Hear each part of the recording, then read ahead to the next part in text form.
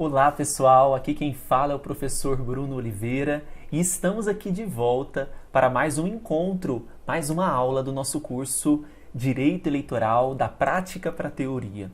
E nesta aula de hoje nós vamos ainda continuar a abordagem sobre os partidos políticos. Por isso é importante que você tenha em mãos ainda a Lei dos Partidos Políticos, que é a Lei número 9.096 de 95, a Constituição Federal de 88, com o artigo 17, que teve algumas alterações, né? Então, vamos continuar os nossos encontros. Essa é a aula número 10, parte 2, sobre partidos políticos. Estão preparados? Se você não me segue ainda no Instagram, bora lá, @professor Bruno Eleitoral. Diariamente, dicas de direito eleitoral para vocês. Bora lá então? A nossa questão, a primeira questão de hoje, a questão de número 136, tá bom? Lembrando que cada aula a gente resolve 15 questões de uma forma bem aprofundada, detalhada. Bora então para a primeira questão. Ano 2018, Banca Fundação Getúlio Vargas, Assembleia Legislativa de Rondônia. Os partidos políticos Alfa, Beta e Gama formaram uma coligação, e essa coligação ela recebeu o nome de XYZ, exclusivamente para as candidaturas no âmbito estadual, não se estendendo, portanto, à eleição de âmbito nacional. Então vejam, foi criada uma coligação, os partidos que compõem essa coligação, Alfa, Beta e Gama, eles formaram uma coligação para o âmbito estadual e essa coligação não se estendeu para o âmbito nacional. Entendeu? Então nós temos várias circunscrições no país. Por exemplo, para 2022 nós temos ali eleição para governador, então imagine só, porque hoje nós não temos mais coligação proporcional, então os partidos Alfa, Beta e Gama formaram uma coligação majoritária para lançar candidato a governador no estado tal. Essa formação de coligação não se estendeu para lançar candidato para presidente, por exemplo. Os partidos Alfa, Beta e Gama não se juntaram para lançar candidatos para presidente da República, tá bom?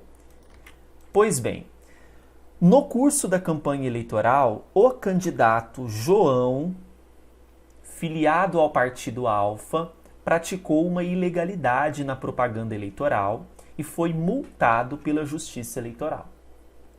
Bom, à luz da sistemática estabelecida pela ordem jurídica, é correto afirmar que a coligação XYZ, letra A, não precisaria ser reproduzida no âmbito nacional e somente os partidos políticos que a integram são solidariamente responsáveis pelo pagamento da multa. Letra B. Essa formação de coligação que foi feita no âmbito estadual deveria ser reproduzida no âmbito nacional e somente os partidos políticos que a integram são solidariamente responsáveis pelo pagamento da multa. Letra C. Não precisaria ser reproduzida no âmbito nacional e somente o partido político Alfa é solidariamente responsável pelo pagamento da multa. E aí?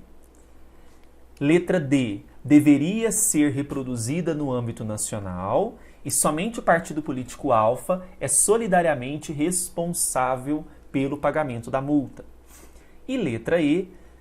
Não precisaria ser reproduzida no âmbito nacional e é solidariamente responsável pelo pagamento da multa. E aí, pessoal, o que vocês acham? Bom, existe um artigo na Lei dos Partidos Políticos, que é o 6º, e eu quero aqui fazer a leitura, na Lei das Eleições, né? Primeiro vamos lá para a Lei das Eleições, apesar que não é o objeto, né, do nosso encontro, estudo da Lei das Eleições, mas eu preciso que nós nos dirigimos, que nós possamos nos locomover lá para o artigo 6º, parágrafo 5º, que ele fala o seguinte, olha só. A responsabilidade pelo pagamento de multas que são decorrentes de propaganda eleitoral é solidária entre os candidatos e os respectivos partidos, não alcançando outros partidos, mesmo quando integrantes de uma mesma coligação. É o caso da questão. Se nós voltarmos aqui para a questão, vocês vão entender. O João, ele é filiado ao Alfa, ao Partido Alfa, e o Partido Alfa pertence à coligação Alfa, Beta e Gama. Ok? O Partido Alfa pertence à coligação Alfa, Beta e Gama. Certo? Esse pertencimento ao Alfa, Beta e Gama faz com que tanto Beta e Gama também sejam responsáveis por qualquer irregularidade na propaganda cometida pelo candidato João? Não. O artigo 6º, parágrafo 5º da Lei das Eleições, ele é muito claro, dizendo que não alcança outros partidos, mesmo quando eles forem integrantes de uma mesma coligação. Então, a gente já resolveu o primeiro probleminha da questão. A letra A, por exemplo, diz que somente os partidos políticos que integram são responsáveis pelo pagamento da multa. Tá errado, né? Por quê, pessoal? Não são todos os partidos que são responsáveis pelo pagamento da multa. Eu já vou eliminar a letra A por conta disso. A letra B fala que somente os partidos que a integram são solidariamente responsáveis. Falso. A letra C diz que somente o partido político Alfa é solidariamente responsável pelo pagamento da multa. Essa segunda parte está ok, assim como na letra D também afirmou a mesma coisa. Já a letra E diz que não precisaria ser reproduzida no âmbito nacional e é solidariamente responsável pelo pagamento da multa. Olha só, no caso, a coligação toda é responsável? Não, pessoal, não é toda responsável. Então, nós estaremos aqui entre a letra C e D. Na letra C fala que não precisaria ser reproduzida no âmbito nacional. A letra D deveria ser reproduzida no âmbito nacional. Essa coligação que foi feita para o âmbito estadual, ela precisaria ser reproduzida no âmbito nacional? Não, porque não há mais o que nós chamamos de vinculação de candidaturas. Isso acabou há muito tempo, a própria Constituição Federal prevê isso. Não há mais a vinculação de coligações partidárias. Uma coligação que é formada no âmbito estadual não precisa ser reproduzida no âmbito nacional. Então, observando a questão, o gabarito vai ser a letra C, não precisaria ser reproduzida no âmbito nacional e somente o partido político Alfa é solidariamente responsável pelo pagamento da multa. Então, nós temos aqui a Lei das Eleições, artigo 6º, parágrafo 5º, que trata sobre esse assunto da propaganda, ok? Importante também a gente ter esse conhecimento. E a própria Constituição Federal de 88, ela vai trazer para nós o assunto sobre a questão da vinculação. O artigo 17 trata para nós, lá no parágrafo 1º, vou anotar aqui para vocês também, artigo 17, parágrafo 1º,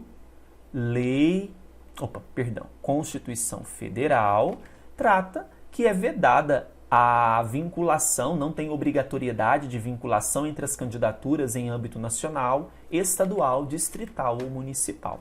Então, o gabarito para essa questão, nós vamos assinalar aqui, é a letrinha C, questão de número 136, tá bom?